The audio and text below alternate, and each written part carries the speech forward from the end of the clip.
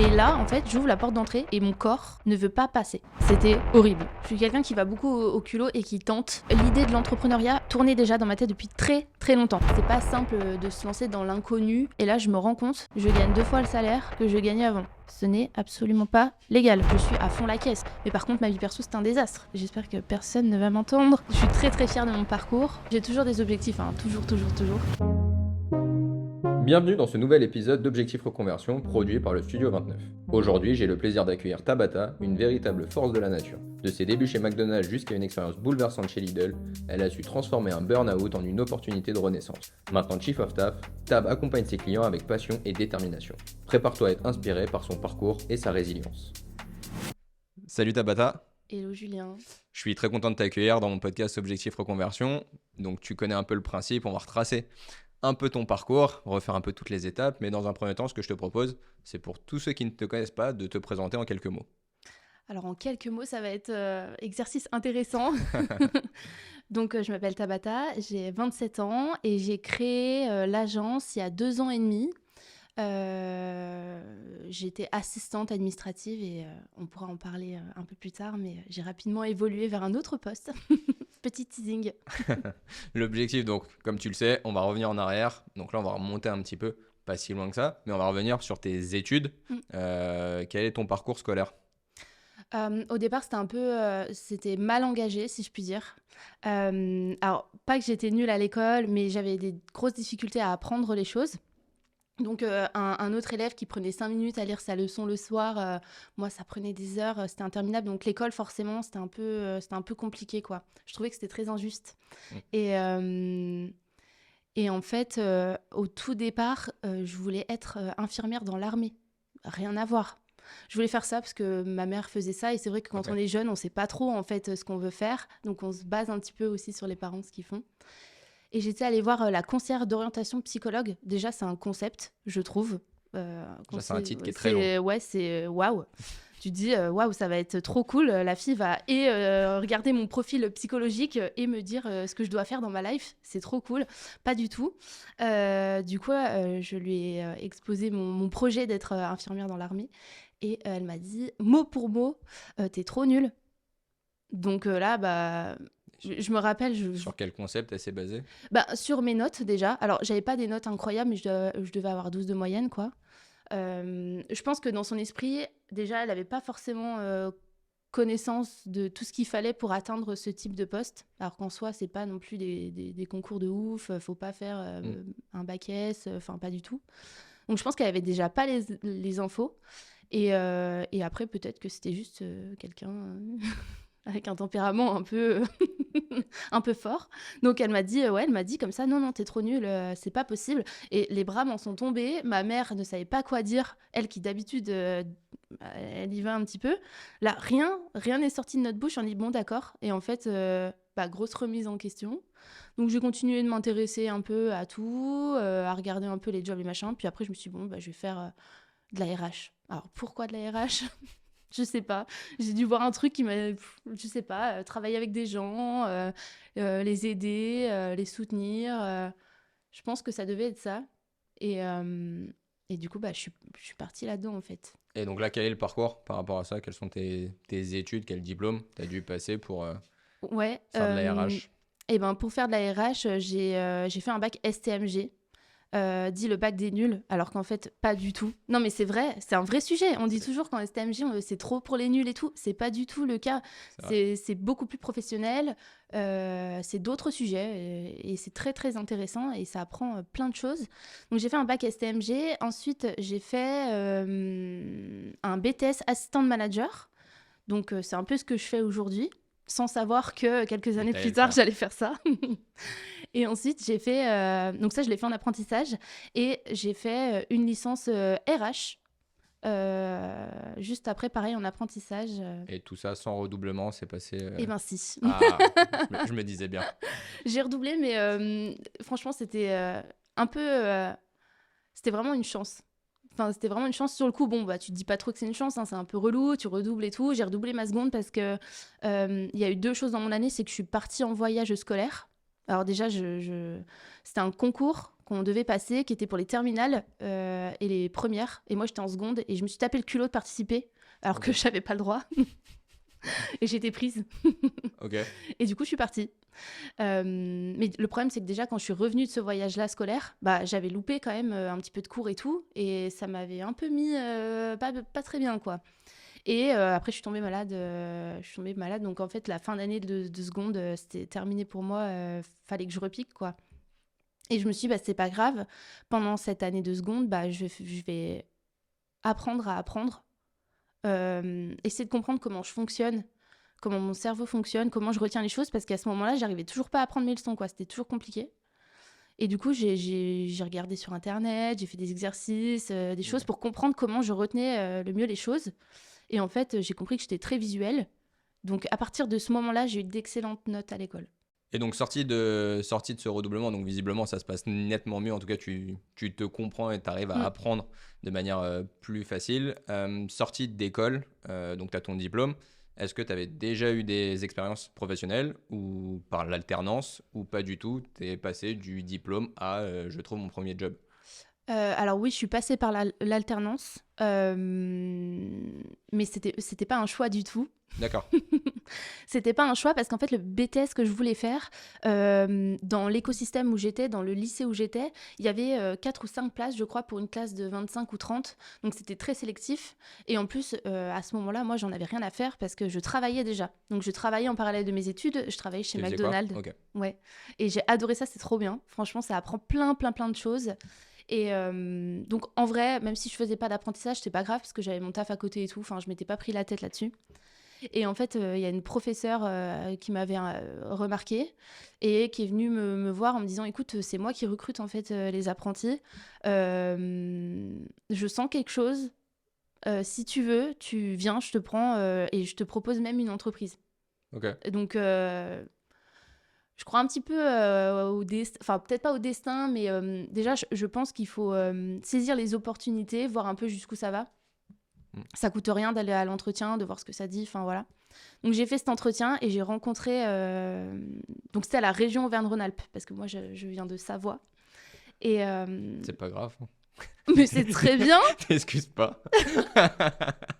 c'est très bien. Et en fait, cet entretien était assez lunaire parce que la personne qui m'a recrutée, qui s'appelle Jennifer, d'ailleurs, avec qui je m'entends très bien encore aujourd'hui, a vu quelque chose en moi, pareil. Et elle était directrice de l'espace où j'allais faire, du coup, mon apprentissage. Et elle qui dit jamais rien, qui s'impose pas, qui, voilà. Elle a dit, genre, les gars, c'est elle, quoi. Ok. Et en fait, j'ai été prise tout de suite. Donc, en fait, j'ai eu très rapidement et la classe et Oui, t'as pas connu les épisodes de galère pour Pas du trouver tout. l'alternance, Non. etc. Non, Ok. non, pas du tout. C'était très simple. Et puis, j'ai vraiment adoré faire Ouais. Bah, ce job-là. justement, comment tu l'as vécu et qu'est-ce que ça t'a apporté ou même qu'est-ce que ça t'apporte encore aujourd'hui? Ah, mais énormément de choses parce que forcément, déjà, le BTS, c'est des sujets que j'ai aujourd'hui en tant qu'assistante, en tant que chief of staff. C'est des sujets que j'ai vus à l'école. Et quand j'étais donc à l'espace régional, il y a eu aussi autre chose, c'est que ma tutrice est très rapidement partie pour des raisons médicales et on m'a laissé gérer pendant 1 an et demi l'espace régional. J'étais à l'accueil et alors j'étais toute seule. Oui et non, parce que en fait c'était tellement tout le monde était tellement adorable que en fait tout le monde s'entraide, ils venaient me voir, etc. Mais j'ai appris à gérer plein de petites choses, à organiser des déplacements, des voyages, des réunions. Enfin, il y avait plein de sujets. Ouais, ça t'a vraiment mis le pied à l'étrier, quoi. Ah, tout à fait. Et ça ressemble quand même beaucoup à ce que je fais aujourd'hui, hein, en soi. Ouais, on va y arriver, on va arriver justement sur cette table-là, mais oui, c'est vrai qu'il y a beaucoup de choses que tu as dû apprendre et que tu utilises maintenant dans ton quotidien. Une fois que tu es sorti de cette alternance-là, est-ce que tu as continué dans le même boulot avec la région Auvergne-Rhône-Alpes? Non. Ou est-ce que t'as changé et où est-ce que t'as atterri comme J'ai- premier vrai boulot définitif ou tu fais ça à temps plein, quoi? Entre-temps, j'ai quand même fait une licence RH parce que j'avais toujours l'envie d'être RH. J'ai fait une licence donc, en apprentissage dans une usine, donc je faisais de la paye. Et là, j'ai compris que non, non, non, c'était pas du tout fait pour moi. Alors, ça s'est très bien passé, j'ai appris plein de trucs, mais déjà, je trouve que dans ce milieu-là, il y a plein de choses qui sont pas justifiées, qui sont pas, à mon sens, logiques. Comme? Les logiciels de paye, par exemple. Enfin, quand même. Enfin, De toute façon, je pense qu'un bulletin de paye, de toute façon, est le truc le plus compliqué à lire qui mais existe. grave. Enfin, déjà, même moi qui ai fait une licence en paye, je comprends rien. Bon, j'ai plus de fiche de paye, heureusement, mais enfin, c'est hyper compliqué à lire, à comprendre, et c'est hyper compliqué à faire parce que les logiciels sont pas optimisés. En fait, il faut cliquer sur non pour dire oui. Enfin, il n'y a pas de logique. Enfin, c'est incompréhensible le truc. Donc, déjà, en sortant de ma licence, je me suis dit, allez, c'est bon, je fais pas de la paye. Je l'ai fait, c'est très bien. Le truc, il est coché, mais ce sera pas ça. mais ce sera pas ça, quoi. C'est clair que non. Et après, là, je suis rentrée direct dans la vie active. Je voulais pas faire de master et tout, parce que je trouvais que j'ai vraiment pas envie de continuer mes études. Pour moi, il n'y avait pas d'intérêt de faire un master en RH en sachant que c'était payé la même chose qu'une licence, que c'était les mêmes jobs. Bon, voilà. Et là, donc, j'avais mon ex-copain qui était à Val d'Isère, donc je l'ai suivi. Okay. Et là, j'ai fait un truc qui n'a rien à voir. Mais rien à voir. J'étais au club des sports de Val d'Isère où j'étais assistante course. Bon, il y a encore le mot assistante dedans, mais c'est moins classique. Et après, je suis passée responsable en charge des bénévoles pour un gros événement. Et là, je me suis séparée, je suis partie, quoi. Et donc, après, sortie de Val d'Isère, t'as atterri où? J'atterris là où je suis encore aujourd'hui, du coup. Donc, je suis à Albertville. Pour vous, je pense que c'est... Je ne connais pas. Moi, je connais un peu. Parce petit peu. Étant un peu sportif, je sais qu'il y a eu les JO à Albertville. Oui, tout à fait. Mais juste pour ça. C'est vers Annecy. Hein, et donc, je suis là-bas depuis très longtemps. Donc, je suis redescendue là-bas. Et là, j'ai commencé à... j'ai cherché du job. Alors déjà, j'ai cherché du job. Moi, j'avais jamais cherché de job. Hein. Enfin... Ouais, t'as toujours enchaîné. Oui, même à l'école, tu travaillais déjà. Donc, je travaillais déjà, puis c'est surtout que j'ai toujours eu des opportunités, en fait. McDo, j'ai rencontré quelqu'un qui m'a fait rentrer chez McDo. L'apprentissage à la région, c'est une prof qui me l'a donné. Mon père travaillait en usine, donc il m'a aidé aussi. Enfin, je n'avais pas trop eu ce truc-là. Donc là, j'ai cherché du travail. J'ai trouvé chez Mercedes-Benz. T'as mis du temps ou... Non. Non. Bon, après, moi, je suis un peu énergique. J'ai un peu la tchatche et tout. Bon, en général, ce genre de dossier, ça va vite. Mais du coup, j'ai fait ça pendant, franchement, je sais pas, peut-être 2 ans où j'étais assistante commerciale, mais vraiment à l'accueil. J'adorais ce travail. C'était quoi tes missions au quotidien? Déjà, c'était boire des cafés avec les clients. Franchement, trop bien. Ça va. Mais c'est vrai. Tant d'années d'études pour des cafés. Mais c'est trop bien. Déjà, ouais, il y avait pas une grosse partie du temps où je faisais ça, quand même, pas abusé. Mais par contre, j'adorais accueillir les gens, prendre soin d'eux, savoir comment ça allait, vraiment tisser des relations avec eux. Et j'adorais faire ça. Et en plus, j'aimais bien voir des gens revenir et dire « Ah, vous êtes trop sympa, on est revenus. » Et ça me faisait vraiment... j'adorais ça, quoi. C'était trop bien. Et après, je faisais tout ce qu'une assistante commerciale classique fait, mais j'avoue que c'est pas très excitant en soi. Mais ce qui te plaisait vraiment, c'était le contact avec les gens. Ouais. Et Ok. Mais trop. Moi, j'aimais trop ça, c'était trop bien. Mais même le contact avec les autres collaborateurs. Moi, j'adorais faire le tour du garage, dire bonjour à tout le monde. Je ramenais des croissants le matin. Enfin, de toute façon, je voulais faire de la RH pour aider les gens, et dans tous mes jobs, en fait, ça se ressent que c'est ce qui me fait avancer, en fait. Ouais, c'est ce qui te motive et qui te tient. Tu restes 2 ans chez Mercedes. Qu'est-ce qui se passe? Pourquoi pas plus? Qu'est-ce qui fait qu'il y a un changement et que tu changes après Mercedes? J'ai 2 entreprises qui veulent me débaucher de chez Mercedes. Okay. 2 clients. À force de servir le café, c'est le risque ils ont voulu me débaucher. Donc, j'ai eu 2 propositions. Une d'un cabinet comptable et l'autre, c'était, je crois, une entreprise en construction de bâtiments, quelque chose comme ça, et pour vraiment prendre toutes les RH, en fait. Hein. Okay. Et je me suis dit, vas-y, je vais tester le cabinet comptable et tout. Je suis restée 5 jours. C'était horrible. Okay. Pour quelle raison? cabinet comptable, en open space en plus. Adorable, génial. J'espère que personne ne va m'entendre. Mais on entendait les mouches voler. Ouais. Donc personne parle. Moi, je tchatche toute la journée. Donc déjà, j'étais là, waouh, on est où ici? Donc première chose. Deuxième chose, tu te lèves pour aller aux toilettes, t'as tout le monde qui te regarde, t'as l'impression que c'est presque interdit le truc. Alors que, enfin non. La troisième chose, on revient toujours à ça, mais le logiciel. J'ai fait 5 jours, j'ai pas édité une seule paye. J'ai pas réussi. Donc là, tu étais revenu pour refaire de la paye une nouvelle fois. Ouais. Ok. J'ai eu un petit espoir, un petit élan de ah ouais, peut-être. Non. Non. La fille qui m'avait embauchée, du coup, est revenue me voir le vendredi. Ah, comment ça va et tout? Alors, c'était trop bien, hein, 5 jours. Non, frérot, on arrête. Je reviens plus jamais. C'est terminé.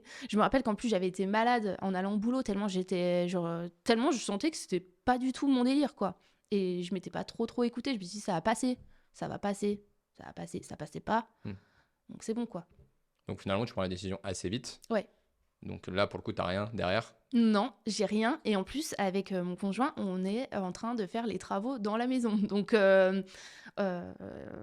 c'est un peu risqué quand même. Donc là, au bout de 5 jours, tu prends la décision de quitter ton boulot. Donc tempérament encore plus. On réfléchit après, on fonce d'abord. Tu recherches du boulot et donc tu trouves rapidement un boulot chez Lidl. Ouais. T'as fait plein d'examens, c'est ça? Ouais. C'est tout c'est un passage un peu obligatoire où tu as des tests écrits, des tests oraux, tu passes devant un jury. Franchement, c'est très stressant quand même. Hein. Tu dis, waouh, je vais avoir un job de ouf. Donc, c'était pour être adjoint manager. En gros, c'est adjoint directeur. Hein. Quand le directeur n'est pas là, c'est toi qui gères tout. Et donc, j'ai été prise à ce job-là. Tu devais être assez fier après toutes ces étapes. J'étais trop contente parce que c'était gérer de l'humain encore. Et ça me plaisait bien. L'idée me plaisait bien. Donc j'étais super contente. Non, j'étais trop contente. Et en fait, ça a vite tourné vinaigre. Et qu'est-ce qui fait justement que ça bascule et que ton expérience de je suis très contente, tu bascules, c'est une énorme déception? Il y a eu plusieurs choses, mais déjà, dans leur process, pareil, on a de la formation, beaucoup de formation, et on doit changer de magasin régulièrement. Donc, je suis en Savoie, pour rappel, donc il n'y a pas un Lidl à chaque rue. Donc, ils m'ont mis 1 mois très loin de chez moi. Donc, je partais très tôt, je partais à 4h du matin, et je rentrais très tard. Donc déjà, ça, c'est quand même assez fatigant. En plus, pareil, beaucoup de mise sous tension. Vite, rentabilité, vite. Ok, je comprends, hein. Mais en fait, tout ça mis bout à bout sur plusieurs mois, c'est très compliqué à gérer.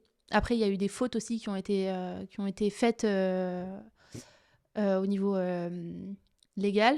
Enfin, c'était pas très correct. Donc, j'ai eu beaucoup de tensions par-ci, par-là. Ils ont oublié de me payer sur 1 mois, alors que moi, je faisais beaucoup de déplacements aussi, donc j'avançais les frais. Enfin, voilà. Il y a eu quand même pas mal de loupés, on va dire. Et tu tiens combien de temps comme ça? Je dois pas tenir très très longtemps en vrai. Hein. Je crois que je tiens 3 mois. Il faut savoir que sur les 3 mois, il y a quand même 2 mois et demi où je suis malade, malade de stress. Donc déjà très, très compliqué à gérer. Parce que mon corps, moi, parle très rapidement quand je suis stressée. Donc en fait, c'était déjà difficile à gérer. Et quelques jours avant de stopper le truc, j'ai un accident de voiture en partant là-bas. Et je me prends un castor, mais un truc le castor obèse de Savoie, c'était lui. On est bien en Savoie. Voilà. Donc il est genre 4h30 le matin. En plus, je suis déjà malade. Je suis pas bien et tout. Je pars, je prends la voiture, je tape un truc. Je me dis, bon, c'est pas grave et tout. Et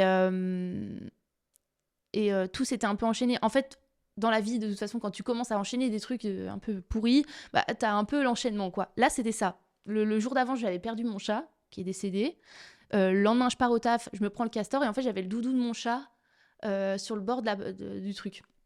Je m'arrête sur la route, j'ouvre pour regarder ma voiture, je me dis, il n'y a rien, je referme, je repars, et là, je pète une durite parce que j'ai fait tomber le doudou du chat. Et je pète un câble, En fait, toute la tension qu'il y avait, elle est redescendue à ce moment-là. C'est un truc de merde, mais ça m'a fait partir. Donc je me suis arrêtée en train de râler. Il est où? Je cherche dans la voiture. Et en fait, je me rends compte que ma voiture, elle fume. Et là, je me dis, c'est pas possible. Genre, les gars, on est dans une blague, elle est où la caméra, quoi? Et donc, je suis pas trop loin de chez moi, donc j'appelle mon conjoint et je lui dis, bah, en fait, je rentre, mais j'en ai rien à foutre de rentrer avec la voiture pétée. J'ai perdu le doudou du chat. Tu te rends compte? Tu te rends compte la dinguerie? J'ai plus de voiture, la voiture, elle est quasi neuve en plus, hein. J'en ai rien à faire à ce moment-là. J'étais attachée à ça, quoi. C'était important pour moi. Et bref, bah, je suis rentrée et j'ai appelé Lidl à l'ouverture.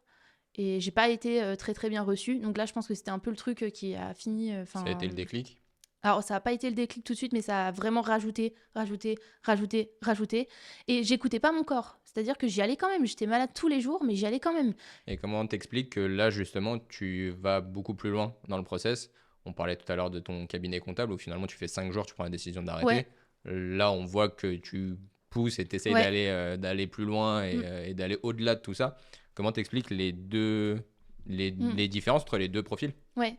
Bah, déjà, il y avait toujours la maison en travaux, hein. Il y avait aussi le fait que sur le papier, c'était un job qui me plaisait. Donc, je me disais, bah voilà, tu es en formation. La formation, ils te testent, ils te poussent. Tu vas loin, mais bientôt, tu seras plus aussi loin. Ça va passer. Euh, Ouais, sur le papier, le job me plaisait. Mais en fait, oui, sur le papier, c'était bien, ouais. C'est juste le job, en fait, le job t'intéressait et tu voulais, Voilà, ouais, ouais. ça te plaisait ce que tu faisais. Ok. Je voulais aller jusqu'au bout. Et vraiment, jusqu'à la fin, je voulais aller jusqu'au bout. Sauf que, en fait, au bout d'un moment, le corps, il veut plus. Le corps, et toi, t'as envie d'y aller, mais le corps, il veut plus. Et je me lève un matin, je me rappelle, et je m'habille, mais vraiment, j'étais tellement pas bien que, franchement, je me brossais les dents, je me maquillais même pas, un chignon, je mettais comme ça, et je partais. Genre, ça durait 3 secondes, je prenais pas de café, rien, enfin, vraiment. Et là, en fait, j'ouvre la porte d'entrée, et mon corps ne veut pas passer. Mon corps, il s'arrête, net, et j'arrive pas. Et j'arrive pas à passer la porte, mais trop. Enfin, vraiment, comme s'il y avait quelqu'un qui me retenait. Et là, je monte donc voir mon conjoint, il est quand même 4h30 du matin, le pauvre. Je le réveille en pleurs, en lui disant, mais j'arrive pas à passer la porte, je comprends pas et tout. Et là, c'est lui qui me dit, en fait, maintenant, c'est stop. Maintenant, c'est stop, t'arrêtes. J'appelle mes parents au petit matin, pareil, mes parents me disent, mais Arrête en tout. fait, c'est bon, t'arrêtes tes conneries, là, tu fais n'importe quoi. Ton corps, il te dit juste, t'arrêtes et tu passes à autre chose. Et du coup, j'arrête. Et ça t'a fait du bien d'avoir justement le soutien de ton conjoint, de tes parents, Ah qui ouais, te justement ouais, ouais. donnent les mots en disant arrête, Mm, plutôt que toi prendre la décision toute seule. ouais. Bah, ça m'a réconforté, quoi, ça m'a rassuré. Puis de toute façon, j'étais vraiment pas bien, en fait, j'étais vraiment en burn-out du truc, quoi. Enfin, je pouvais plus, genre. Même aller à Lidl, pendant plusieurs mois, ça a été compliqué. Ok. Vraiment. J'arrivais pas à y aller, genre. Faire des courses là-bas, c'était impossible. Impossible. Et donc là, ça y est, t'as décidé, en Ouais, tout cas avec le soutien de tout le monde. ouais. Comment ça se passe? Tu remets un petit courrier dans une boîte aux lettres, tu vas le déposer, t'as un Tout rendez-vous, à comment ça fait. se passe? Tout à fait. D'ailleurs, j'ai la vidéo où je mets le courrier dans la boîte aux lettres. Je suis excitée. On dirait que je suis à Disneyland, le truc. Alors que pas du tout. Et je fais ma lettre de démission et tout. Pareil, je pars, j'ai rien. J'ai plus envie de travailler à ce moment-là. Genre, ça y est, c'est l'heure de la retraite. J'ai 25 ans. Je mets le courrier, là, je suis soulagée. Et là, je me rends compte qu'ils veulent me faire un peu. Me chercher un peu des noises, quoi. Donc c'est pas grave, parce que il faut déjà savoir que quand on recrute quelqu'un qui a fait une licence en RH avec du juridique, Il y a quelques notions normalement. il y a quelques notions, donc c'est un peu dommage pour eux, mais du coup c'est aller un tout petit peu plus loin. Il n'a pas fallu aller beaucoup plus loin parce qu'ils ont compris très vite que ça servait à rien. Enfin, ça servait à rien. C'était une perte de temps, quoi. Enfin, Mais là, t'envoies une lettre de mm, démission, tu penses pas à la rupture conventionnelle ou des choses comme ça? Parce que la lettre de démission ne te donne pas si, forcément droit si, au si. chômage. T'as raison, c'est pas une lettre de démission, c'est une lettre de demande de rupture conventionnelle. Ok. Tu as raison, je me suis trompée, c'est bien ça. Où je leur demande une rupture conventionnelle parce qu'il y a eu des erreurs qui ont été faites et qu'en fait, je n'ai pas le choix que de partir. C'est-à-dire que moi, leur job, j'avais Oui, envie t'es de le faire, mais contraint de le faire. voilà, je suis contrainte de le faire, ce qui est refusé. Voilà, et c'est à ce moment-là où ça commence à partir un peu plus loin et en fait, je fais un courrier avec tous les textes de loi, tout ce qui est arrivé, etc., etc., etc., peu importe, voilà. Mais, et là, j'ai une réponse positive, c'est bon. Vous partez Et là, tu traites directement avec le siège ou c'est avec le magasin en question, enfin en tout cas avec le siège. avec le siège. Ok. Ouais, ouais. Et donc là, ta rupture conventionnelle est acceptée, Mm. tu n'as plus de boulot. Bon, certes, tu es au chômage. Comment tu bascules? Parce que là, on y arrive. Ouais. Justement, on est dans cette prise de décision où tu vas devenir indépendante. Mm. Comment tu en viens à cette idée de te dire, bah, je vais faire un truc toute seule? Ouais. Déjà, l'idée de l'entrepreneuriat tournait déjà dans ma tête depuis très très longtemps. C'est-à-dire que j'ai commencé à travailler à 16, à 14, je voulais déjà bosser, donc j'étais à la Croix-Rouge française et en même temps, j'avais créé un petit truc où je revendais des trucs à mes copines. C'est-à-dire que au départ, Wish, c'était très peu connu et les gens avaient peur de commander dessus. Donc moi, je commandais et je revendais. Ok. Ce n'est absolument pas légal. Mais c'est trop tard, c'est fait. Mais j'avais déjà un peu ce truc de vendre des choses et tout. Donc j'avais déjà un peu cette envie d'entreprendre. Mon papa, en plus, avec sa propre boîte à ce moment-là. Donc il partageait beaucoup de choses avec moi. J'aimais beaucoup, c'était très intéressant. Donc j'ai toujours eu cette idée-là. Mais je pense que j'avais besoin aussi de faire ma propre expérience. Et aujourd'hui, je remercie Lidl Enfin, je suis contente d'être passée par là, ça m'a appris plein de choses. Et voilà, quand je termine Lidl, déjà, je prends un moment de break parce que j'ai tellement tiré que ça va pas bien, quoi. Donc, je prends le temps de me poser. Et 2 mois plus tard, je me dis, bon, je me lance à mon compte. De toute façon, j'ai plus envie de bosser pour un patron. J'étais un peu dégoûtée à ce moment-là. Je tente et puis on verra bien. Mais je suis tellement dans un mood pas ouf que je me dis, ben, je vais faire gratte papier. Je vais gratter le papier, je vais faire du Excel.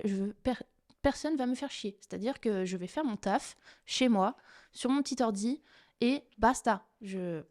Voilà. Ce qui est marrant, c'est que tu as quand même changé d'état d'esprit parce que tu étais quelqu'un qui Ah ouais. voulait rencontrer plein de gens, Mm. discuter avec plein de gens et t'en Ouais. souffrais dans ton poste, Mm. dans ton cabinet comptable où justement les gens ne parlaient pas et regardaient que leur écran. Ouais. Et là, t'en es à te dire, je veux rester toute seule chez moi. Mais j'étais pas bien. Enfin, je pense qu'il y a eu tout un cheminement, en fait. Et à ce moment-là, c'est vrai que je voulais voir plus personne. J'étais chez moi. Et je voulais vraiment pas qu'on m'embête, quoi. Je voulais pas qu'on me dise, bah ça c'est nul, machin. Même si en vrai, des fois, je fais des trucs nuls. Mais enfin, j'avais pas du tout envie de recevoir quelconque remarque de qui que ce soit parce que j'en avais trop. C'est bon. Là, j'en avais marre. J'étais au bout du truc. Donc, je crée l'agence. Je l'appelle l'agence parce que je me dis, ça commence par un A. C'est cool pour Google, pourquoi pas, allons-y, j'avais pas trop d'idées, let's go quoi. Et tu sais ce que Enfin, tu veux faire dedans? Tu sais. gratte-papier, Ok. voilà. C'est dans les statuts, il y a marqué gratte-papier. Voilà, c'est ça. Ok. Non, non, c'est de l'assistanat administratif, dans les grandes lignes, c'est ça. Et je commence à bosser avec Postbac, où je fais du fichier Excel du matin au soir. Trop bien. Personne m'embête. Nickel. Je fais vraiment de la saisie pendant 1 mois et demi. Et là, je me rends compte qu'en 1 mois, je gagne 2 fois le salaire que je gagnais avant. Donc là, je pète un câble. Je me dis, mais c'est trop bien. C'est trop bien, je travaille chez moi, je suis tranquille. Et en plus, je gagne bien ma vie, quoi. C'est juste avant de payer les URSSAF. T'avais Mais pas les charges encore. voilà, là, ça allait encore. Mais après, tout est venu. Hein. Tu gagnes vite moins bien. C'est bizarre. Ouais. Et du coup, ça part comme ça. Mois de décembre, j'ai rien eu, parce que c'était une mission ponctuelle en fait que je faisais avec Postbac. Donc décembre, j'ai rien eu, mais c'était ok. Bah, c'est ok, j'ai pas de taf, c'est pas grave, j'avais un petit peu de sous de côté, bon, tranquille. Et en janvier, Roger me contacte pour être son assistante perso, donc faire travailler sur sa boîte, mais aussi l'aider dans sa vie personnelle. Et Voilà. vous définissez le poste ensemble? C'est Ouais. lui par rapport à ses besoins? Ouais. C'est ok. Ouais, ouais. Et puis moi, je suis très flex. Enfin, il y avait un bon feeling et tout. Pourquoi pas, en fait, go, hein. Enfin, Et il te sollicite comment? par Instagram. Ok. Voilà. Et c'est toi qui le sollicite? C'est lui qui te sollicite? Non, non, c'est lui qui m'écrit. Il m'a dit qu'il avait pas mal vu mon profil, si je me rappelle bien. Et ça l'avait intrigué. Donc, en fait, il m'a écrit sur Insta et il m'a fait passer un test. Je sais pas si j'ai le droit de le dire. Ce que c'est le test, on sait jamais s'il le refait passer. Non, il m'a fait faire une présentation sur les neurosciences. Donc là, déjà, ça te détend. Hein. Tu Ok. dis, ok, d'accord. Donc, ok. Et là, par contre, j'ai tout donné. C'est-à-dire que j'avais pas trop d'infos. Et j'ai piqué la charte graphique sur son site. J'ai vraiment j'ai tout donné. Et le lendemain, je lui rends la présentation. Bon, c'était un sujet précis des neurosciences. Hein, c'était pas vraiment tout le truc parce que là, sinon, t'en finis pas. Mm. Mais et du coup, il m'a dit ok. Et donc l'aventure démarre comme ça. Et oui. Et tu deviens officiellement Chief of Staff. Quelques mois après. Quelques mois Ouais, après. ouais. Au départ, j'étais vraiment son assistante pro perso, Ok. où j'exécutais ce qu'il me demandait. Hein. Et, à un moment donné, je passe Chief of Staff quelques mois après, où là, vraiment, il y a de la prise de décision. Ouais, c'est ça. Ouais, Fais-nous la définition justement de ce métier de Chief of Staff, parce ouais. qu'aujourd'hui, t'as plein de métiers Mm, avec des mots anglais, tout etc., à fait. où les gens ne Mm, comprennent strictement rien de ce qui se mm. cache derrière. Donc, je t'en prie, fais-nous la D'ailleurs, au début, définition du métier. je trouvais ça très relou. Hein. Chief of Staff, CEO, COS, machin, c'est bon, les gars. Enfin, c'est trop, trop chiant, quoi. Mm. Mais bon, je le dis quand même, donc c'est un peu. En français, ce serait bras droit. Et la différence entre une assistante perso et un chief of staff, c'est que l'assistante perso, elle va exécuter des tâches. Donc, on va lui demander de faire ça, ça, ça. Elle va faire ça, ça, ça. Elle rend des comptes, voilà, c'est fait, pas fait, pourquoi, enfin, voilà. Alors qu'un chief of staff, il va avoir une vision, un objectif, un résultat, et il va tout mettre en œuvre pour. C'est-à-dire que ça concerne tous les aspects du projet. C'est un peu chargé de projet, mais c'est très général parce que ça peut être sur des choses perso, ça peut être sur des choses professionnelles. On va gérer des équipes et les guider vers une direction, prendre parfois certaines décisions sans même demander au client, mais de toute façon, on est là dans un seul intérêt. Déjà, c'est celui du client, et on est là pour atteindre ses objectifs. Donc nous, après, on fait notre petite popote et on met tout en œuvre pour arriver à cet objectif-là. Et tu te sens comme un poisson dans l'eau tout de suite, avec ces nouvelles missions, cette nouvelle vision, un peu plus de responsabilité dans ton travail. En fait, ça arrive très naturellement parce que au départ, les missions, que ce soit avec Roger ou avec d'autres clients, parce que du coup j'ai plusieurs clients, arrivent progressivement. C'est-à-dire que je commence de plus en plus à faire des choses. Et puis c'est très simple. J'ai toujours considéré que chacun son taf. Ça a toujours été, c'est-à-dire que je ne suis pas avocate, je ne suis pas juriste, je ne suis pas graphiste. Donc en fait, on peut me demander plein de trucs, il n'y a aucun problème. Je serai toujours contente de tester des nouveaux trucs. J'ai appris plein de choses, je me suis formée sur plein de choses, mais il y a des choses où à un moment donné, avocat, je ne vais pas faire avocat, quoi. Hein. Donc c'est OK, donc je recrute. En fait, je recrute les ressources nécessaires. Et à chaque fois, je fais ça. Et en fait, ça construit un réseau. Et en fait, dès que j'ai un client qui a un besoin, hop, j'appelle telle personne. Et on fait comme ça. Et donc ça s'est fait très progressivement. Et un jour, c'est Nathalie Hansen qui en parlait avec Roger, et Roger qui m'en a parlé, enfin je me rappelle plus exactement, mais en gros, Tab, en fait, t'es un peu plus quand même qu'une assistante, enfin, tu fais beaucoup de choses quand même, non? Ah oui, c'est vrai, en fait, t'es chief of staff. Donc là, on en a parlé, effectivement, je me rends compte que ouais, je suis un peu plus qu'une assistante. Moi-même, j'ai une assistante en plus à ce moment-là, donc tu commences à te dire, ouais, ok, en fait, oui, je suis peut-être plus trop une assistante, je suis peut-être au niveau au-dessus, quoi. Et donc, c'est à ce moment-là où je commence clairement à afficher ce nouveau job, entre guillemets, quoi. Et t'en prends conscience, tu l'assumes plus à ce moment-là, Ouais, d'en avoir pris conscience. ouais, mais je le savais pas, hein, vraiment, enfin, je pouvais pas l'assumer vu que j'en avais absolument... Pour moi, j'étais juste une bonne... Enfin, j'essayais d'être une très bonne assistante, c'est tout. Euh, J'avais pas du tout conscience que j'étais le bras droit de quelqu'un, hein, à ce moment-là. Et justement, comment tu gères le fait d'avoir plusieurs personnes à gérer avec des profils vraisemblablement très différents, des Mm, vies très différentes, peut-être des âges différents, enfin bref, mm. d'avoir des missions différentes. Comment tu gères ça? Comment tu arrives à qu'une mission ne prenne pas le pas sur l'autre ou mélange un peu les deux missions? Enfin bref, Mm. comment tu gères tout ça? Bah, déjà, je suis très organisée. Heureusement, c'est mon taf, donc ce serait quand même chelou que la meuf, elle soit pas organisée. Mais je suis très organisée, c'est-à-dire que je note tout ce qu'on me dit, je le note. J'ai toujours mon iPad, je prends des notes, c'est enregistré. J'ai un Notion, qui est un outil que j'adore, où je note vraiment toutes les missions. J'ai aussi sur mon ordinateur une extension qui calcule mon temps passé par client. Donc ça, c'est hyper pratique parce que du coup, moi, je facture mon temps, hein, je vends mon temps quand même. Donc ça me permet de refacturer à la hauteur de ce que j'ai fait. Et de pas, des fois, on peut avoir l'impression de ne pas avoir travaillé ou d'avoir beaucoup trop travaillé. Là, au moins, c'est des faits, quoi. Donc déjà, ça me permet de gérer tout ça. Et en plus, effectivement, chacun de mes clients est dans un corps de métier différent. Donc vraiment, ils n'ont rien à voir les uns avec les autres. Et j'adore ça, c'est trop bien. Parce que du coup, il y a plein de sujets différents. J'apprends énormément de choses, c'est trop... Moi, j'adore apprendre. Si j'apprends pas, je me fais vite chier. Hein. Mhm. Et donc, c'est génial parce que j'apprends toujours plein de trucs, quoi. C'est trop bien. Et là, aujourd'hui, tu gères combien de clients? 6. Ok, donc ça fait déjà. Et après, il ça fait faut un le peu de nom. dire, je suis très motivée, c'est-à-dire que ça fait 2 ans et demi que j'ai créé l'agence maintenant. Je travaille énormément. J'ai pris une semaine de vacances l'année dernière. Là, cette année, j'ai pris 4 jours.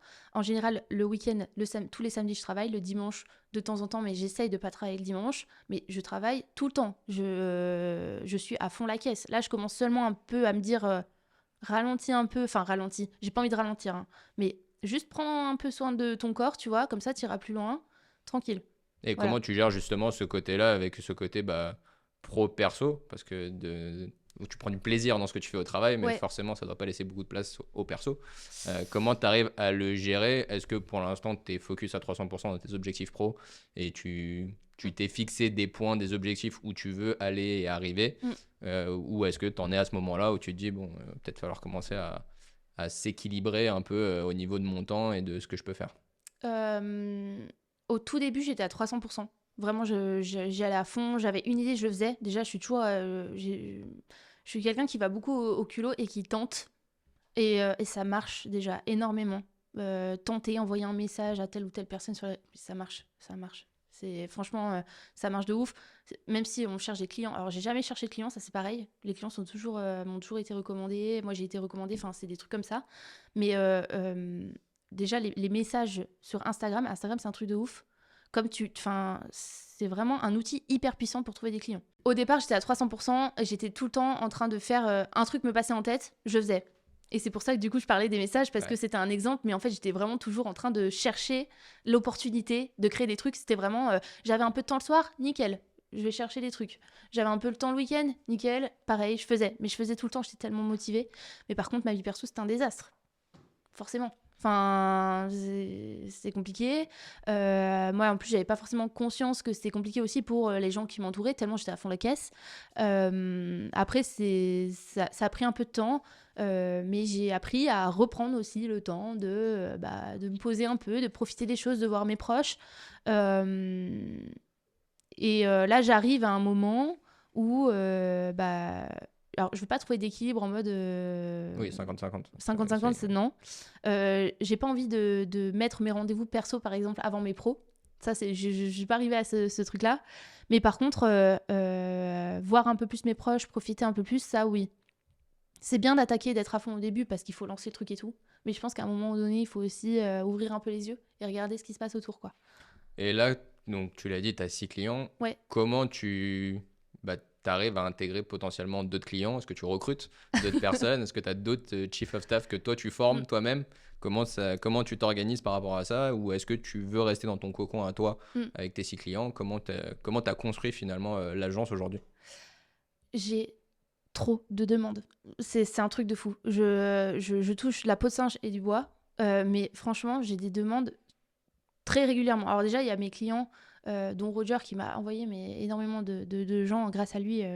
Enfin, franchement, c'est lui qui m'a aidé, hein, à trouver des clients au début. Il n'y a que 24 heures dans une journée et même si je délègue plein de choses, il y a un moment donné où 6 clients, c'est quand même assez conséquent à gérer leur vie pro-perso.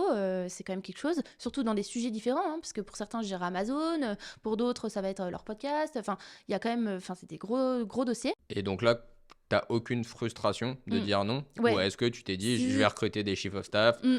je vais me faire une équipe de plein de chief of staff en dessous et Ouais. donc je vais déléguer à droite, à gauche, etc. Au-delà du Mm. juridique et tout ça, d'avoir vraiment d'autres assistantes avec toi qui Ouais. permettent de faire grossir ton agence? Ouais, j'ai testé plusieurs choses. Au début, je voulais recruter des assistantes et quitte à les faire évoluer en chief of staff et les accompagner, etc., etc. J'ai tenté le truc, sauf que les gens sont nuls. Les gens sont nuls. C'est-à-dire que, enfin, c'est vraiment l'impression que j'ai et j'en parle de temps en temps avec mes clients qui sont plutôt d'accord, mais c'est compliqué là en ce moment de recruter des freelances parce que moi, je bosse qu'avec des freelances qui est la même niaque que moi. Alors, je veux pas recruter des gens qui ont la même niaque que moi, mais juste qui ont envie de bosser, quoi. Enfin, en fait, c'est tout. Mm. Et c'est très compliqué. Donc, au départ, je voulais recruter, j'ai essayé de recruter des assistantes. J'ai même accepté de faire des rendez-vous avec des personnes qui se lançaient en me disant, bah, peut-être que je vais trouver aussi une assistante cool. Je l'aide à se mettre en place. C'est le cas pour mon assistante aujourd'hui, hein, qui s'appelle Priska et qui est une machine de guerre. Au tout début, elle se lançait. On a fait une visio pour l'aider. Et en fait, maintenant, elle bosse avec moi et c'est trop cool, quoi. Donc, je l'ai fait pour plusieurs personnes, mais en fait, je me rends compte qu'il y a toujours des mais non, mais. Bah, mec, tu veux travailler ou pas? Enfin, voilà. Donc, ça m'a un peu saoulée. Et là, aujourd'hui, je prépare une formation de Chief of Staff. Tu t'orientes plutôt justement par le Voilà. biais de dire je vais former des gens Ouais, au métier de Chief of Staff par ouais, rapport à ton expérience, à ce que tu as vécu, plutôt que de dire je vais recruter des gens ou je vais grossir. tout à fait. Voilà. Alors, j'enlève pas l'idée de recrutement, je pense que c'est dans un second temps. C'est-à-dire que la formation, ça va déjà faire un socle solide, pas un premier test, mais un premier passage. Et déjà, une fois que tu as fini la formation, si tu as besoin d'aide, déjà, c'est que tu as déjà fait le pas de 0 à 1, tu vois. Tu as déjà un truc avant. Alors que quand tu n'en as pas, ben, en fait, tu sais pas si la personne est motivée ou pas. Ça se trouve, toi, tu perds 1 heure de ton temps alors que déjà, tout est compté pour l'aider. Et au final, oui, mais. Bon, bah, c'est bon, relou, quoi. Parce que là, dans ce que tu vis maintenant, tu as ce sentiment d'indépendance que tu perds un peu en gérant des gens, en gérant les problématiques Ouais. liées à des gens qui seraient avec toi au recrutement. Est-ce que ça aussi, c'est pas un moment un peu trop tôt pour l'instant par rapport à ton expérience que tu as vécu avant? Justement, tu étais salarié, tu es Ouais. passé indépendante, tu as gagné cette indépendance-là et maintenant tu as quelque chose qui te passionne, qui te plaît, qui est toujours différent. Les journées, visiblement, sont différentes pour connaître un petit peu. D'avoir des gens à s'occuper, ça te rajoute des problématiques qui sont pour l'instant plus de la contrainte Ouais. que du plaisir réellement. Tout à fait. Tout à fait. Exactement. C'est trop. Enfin, pour moi, là, c'est trop compliqué. Et de gérer des assistants ou des chief of staff qui ont en plus pas envie. Je dis pas que c'est tout le monde, hein, mais il y en a quand même beaucoup. Et comment, dans tes expériences passées, parce qu'on le voit quand même, il y a quand même des liens Mm. d'aide, etc., ce qui est ton boulot aujourd'hui, tu as un côté stratégique, mais en aidant, en accompagnant des responsables, des dirigeants, etc., dans leur quotidien, que ce soit perso et pro, et on sait que c'est important de lier les deux pour l'évolution. Tes expériences passées, qu'est-ce qu'elles t'ont apporté finalement aujourd'hui où tu te dis, bah, mine de rien, voilà, je suis pas reparti de zéro, Mm. j'ai juste cumulé plusieurs choses. Et quelles sont ces choses justement qui font qu'aujourd'hui tu t'épanouis et t'excelles dans ce métier-là? Ouais. Bah, déjà, il y a eu McDo parce que ça m'a appris à performer, vraiment, à aller dans la vitesse et dans la performance parce qu'il faut aller tout très vite et déjà j'ai adoré ça, c'était trop bien, mais ça m'a vraiment appris ça. Ensuite, quand j'étais à l'espace régional, bah forcément, hein, toute la partie administrative, gestion des agendas, organisation d'événements, etc., etc. Donc il y a cette partie-là. Je dirais que quand j'étais en usine, c'était vraiment la partie papier dans le dur, Ouais. vraiment. Et quand j'étais au club des sports, gestion de l'humain, parce qu'il y avait quand même 120 bénévoles à gérer, donc c'est quand même quelque chose. En général, en plus, c'est plutôt des anciens, donc ils ont leurs habitudes, etc. Donc c'est parfois pas simple. Je dirais... Mercedes, ça m'a appris aussi à prendre soin des clients, ce qui est dans mon métier hyper important. J'avais déjà envie de le faire et tout, je l'avais déjà fait, mais vraiment, ça a été... Le client est roi. Ouais, voilà, c'est vraiment le client, il est roi et c'est tout, il n'y a pas de sujet. Bon, après, dans la limite, hein, mais le client, il est là quand même pour... C'est lui qui te nourrit quand même, enfin, c'est par le biais de ton patron à ce moment-là, mais...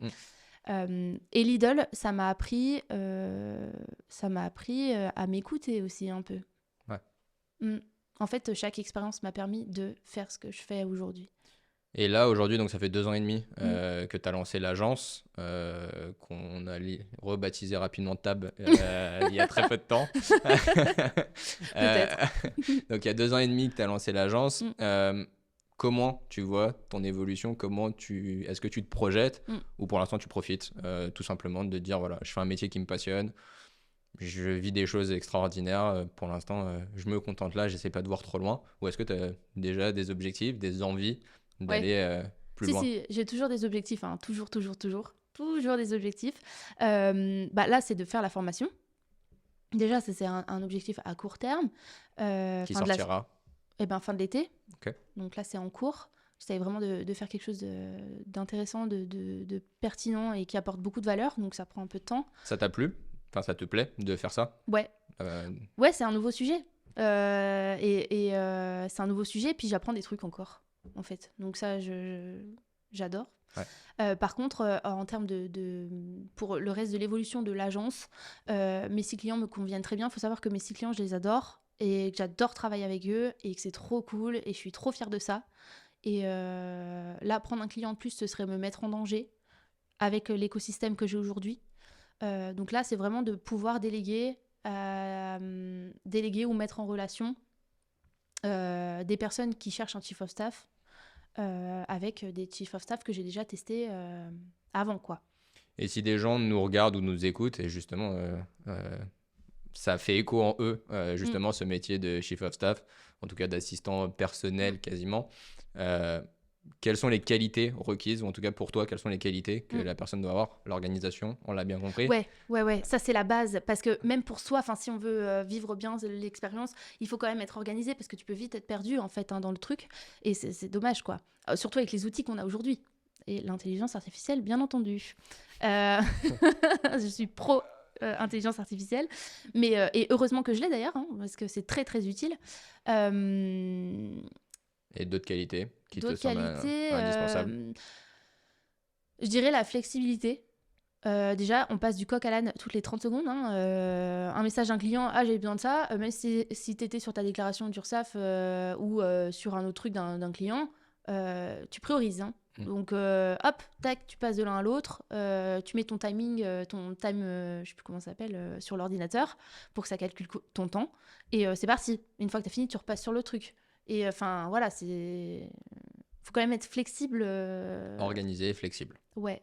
C'est les deux qualités indispensables pour être un bon ou une bonne chief of staff. Ouais, je pense que c'est les deux plus importantes. On arrive vers la fin du podcast. J'ai 2 questions tout le temps à tous les invités, donc tu vas y passer aussi. La première, c'est quel est ton recul justement par rapport à ton histoire et aujourd'hui? Est-ce que tu es fier de ton parcours et de ce que tu as fait et de cette évolution justement? Je te laisse déjà répondre à ça, c'est pas mal. Oui, c'est pas mal. Je suis très très fière de mon parcours. Je suis très fière d'être là où je suis aujourd'hui pour différentes raisons. Déjà, quand on regarde à l'école, c'était pas très bien parti. On m'a dit que j'étais nulle. Aujourd'hui, je suis chief of staff. Donc déjà, si la conseillère d'orientation psychologue me regarde, merci beaucoup. Voilà, tiens, chais. Voilà. Mais non, je suis fière déjà pour ça. Et je suis fière parce que je suis très indépendante aujourd'hui.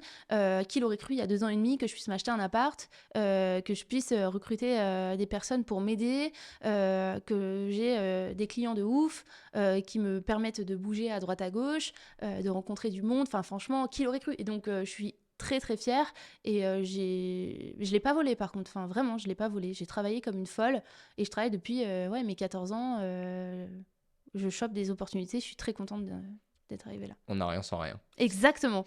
Et dernière question, pour le coup, c'est pour les gens qui nous regardent ou qui nous écoutent. Toi, tu as pris la décision et tu as fait des choix de dire stop à un moment donné, que ce soit des boulots qui ne te plaisaient pas ou alors au moment où tu arrivé au bout du bout. Souvent, dans la reconversion ou dans le changement de vie, il faut un déclic, il faut quelque chose. Toi, quel conseil donnerais-tu justement aux gens qui sont potentiellement dans cette situation actuellement où ils ne sont pas très heureux dans leur boulot ou alors ils sont comme toi, ils ont du mal à passer cette fameuse porte? Quel conseil tu pourrais leur donner par rapport à ton expérience? Pas de question de faire la morale, mais de donner un conseil d'un truc que toi, tu as vécu ou en tout cas, si tu pouvais faire un recul là-dessus et leur donner, qui serait toujours utile. Moi, il y a une phrase quand même que j'ai souvent en tête quand je fais quelque chose et quand je teste quelque chose de nouveau, c'est qu'on provoque sa chance. On provoque sa chance dans le sens où, ok, c'est pas simple de se lancer dans l'inconnu, surtout quand on a des ressources limitées, on se sent vite coincé. Mais en fait, ça se prépare à l'avance, on provoque sa chance, c'est-à-dire qu'on va commencer à se faire un réseau, on va commencer à parler de ses envies, on va commencer à aller voir sur les réseaux sociaux ce qui se fait, à se former, enfin je veux dire, on provoque le truc. On fait tout pour que ça se passe bien et que ça marche, quoi. De toute façon, si on est motivé et vraiment qu'on se donne à 200% pour atteindre l'objectif, il n'y a aucune raison que ça ne marche pas. Ça me semble bien comme résumé et comme conseil. Merci beaucoup pour ton partage d'expérience. On va suivre l'évolution. Donc, il y a la formation qui arrive très rapidement. Donc, elle arrivera après la diffusion de ce podcast. Donc, on mettra toutes les informations nécessaires pour que, si des gens sont intéressés, puissent être formés, en tout cas, passer cette formation. Et d'ici là, je te souhaite une bonne continuation. Merci beaucoup. À très vite. C'est la fin de cet épisode d'Objectif Reconversion. J'espère que cette conversation avec Tabata t'aura donné le courage de dire stop si tu ne te sens pas épanoui professionnellement. Pour ne pas manquer le prochain épisode, abonne-toi à mon podcast sur tes plateformes préférées. N'hésite pas à liker, commenter et partager sur tes réseaux. On se retrouve très vite avec un nouvel invité. J'ai trouvé ça hyper intéressant et Julien m'est forcément à l'aise, donc non, franchement c'était cool. Ça m'a même rappelé des choses que je me rappelais pas sur ma vie, ce qui est plutôt bizarre. Mais non, j'ai adoré faire ça, c'était trop bien. À refaire. Vous pouvez m'inviter quand vous voulez. Hein.